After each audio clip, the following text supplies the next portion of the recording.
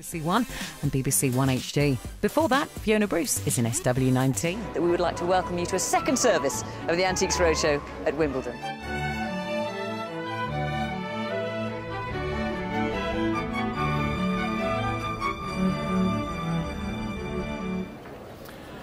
Now, I grew up in the 1950s, and so in a sense, I'm not really a rock and roll child, but this was very much my life.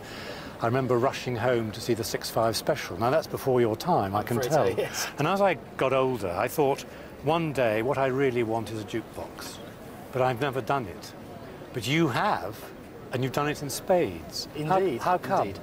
Well, I fell in love with the design, and the design of this one in particular. I love the sweeping curves and just the look of the thing in general. In fact, I bought this via the internet, effectively, having actually not touched it. Oh, because you had to have it? Because I had to have it because of the look of it. Yeah.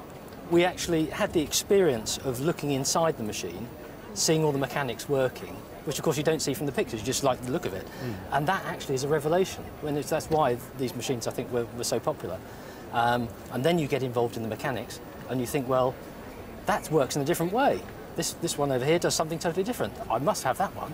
And so it goes. I mean, this one again here, little baby, designed by the same chap, I think. Different mechanism again, but the look of it is absolutely superb. But we're dealing with different periods, aren't we? We are. Take me through it. This is a 1939, 1940. Right. It's a countertop model, so it would have been sat on the end of a bar. Plays 12 selections in the top here. Only single-sided, though. Yeah. And this one? This one, 1947. Yes. And that was the same time as there's a very, very popular Wurlitzer jukebox, which has bubbles that go around the outside of it, which you have in a soda bar or something. Yes. And this was the same mechanism for it, but they put a more subdued, in some could say. Well, it's upmarket. It's smarter. Absolutely. This was for the fine dining rather than experience, not the milk bar. rather than the hamburgers. Yeah. And this one. And of course, this is made for Wurlitzer's centennial in 1956. Right. What I like about, in fact, I have a lot in common with you because I'm drawn to them for design reasons.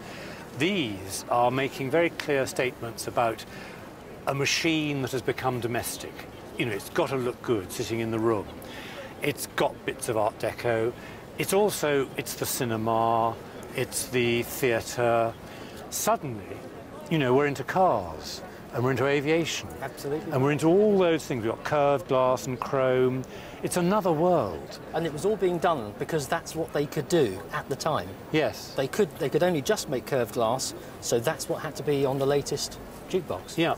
Now, what do they cost? Let's work our way along. The one behind you, the tabletop model. This one here is what, 4,000? About between 4,000 and 5,000, yeah. And that's needing a bit of work on it. It actually is the rarest of the three in terms of so there's numbers. rarity there. This is just such a great machine. And what's it going to be, 7,000 or 8,000? That's 7,000 or 8,000 will be in great condition. Right, in great condition. And this one is what, 5,000 or 6,000? That's going to probably now be, because it is the most sought after jukebox that there is, about £10,000. Oh, so this is much more expensive. There aren't many of them around because they were disposable as well. Can you imagine this? They took them out into the car parks, having brought the new model along and smashed them up. Trashed them, yeah. Well, I'm going to treat myself. The one person I remember above all else is Little Richard. Look at that. Just so wonderful. The technology, isn't it? What and you didn't even have to pay.